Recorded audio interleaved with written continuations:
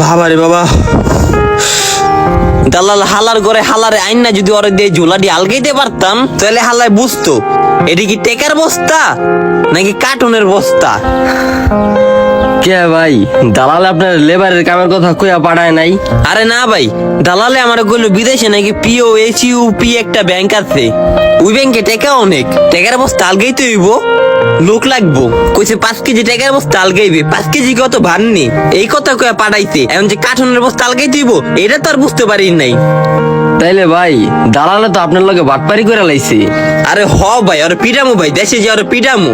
আপনারও কেমন মিছা কথা কইয়া পাঠাইছে দেশে? না ভাই, আমি দেশে থাকতেও লেবারের কাম করতাম, মাটি মুটি টানতাম, বেড়া আমারে কইছে লেবারের কাম, এ আমি নিজে যাই নিয়ে আইছি। বুঝেন ভাই, হালার পুত হালারা কত খারাপের খারাপ। প্রিন্টারে ছাপাইন না একটা কাগজের লেগা মানুষের লগে বাটপারি করে, মানুষের বিশ্বাস নিয়ে চিটারি করে। আরে ভাই, অগ কি বুক পিট আছে?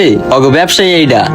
অগো বুক পিট নেগা দেখে তো দেশে যে অগো মাথার ভিতরে বাইরে আমু। থাক ভাই, এগুলা করার দরকার নাই, যা আপনার নসিবে আসলো ওইটাই হইছে, এগুলা হাসি মুখে মাইনা নেন। এটাও ঠিক ভাই, এই ধৈর্যটা আছে দেখি তো এখনো বিদেশে আছি, তা না হলে দেশের থেকে যে কোনো ভাবে টাকা ম্যানেজ করে আইন না যাই ভাই, ওরা মনে করেন খুঁজতাম। আল্লাহ ভাই, এই কথা মুখেও নিয়েন না।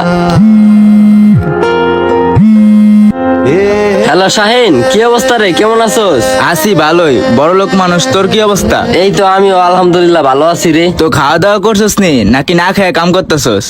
না, খাওয়া দাওয়া করি নাই, এখনো ডিউটিতে আছি। ও, খালি কাম আর কাম। তোরা খাওয়া দাওয়া করছস? হ্যাঁ, আমরা খাওয়া দাওয়া করে ঘুমানোর প্রস্তুতি নিতেছি। ও আচ্ছা, আমি তো কাজে আছি, আর 1 লট মাল নামান বাকি, বাসা যায় ফেরে এসে তোর কল দিমুনে, তুই লাইনে থাকিস। আচ্ছা তাহলে দিস। ঠিক আছে।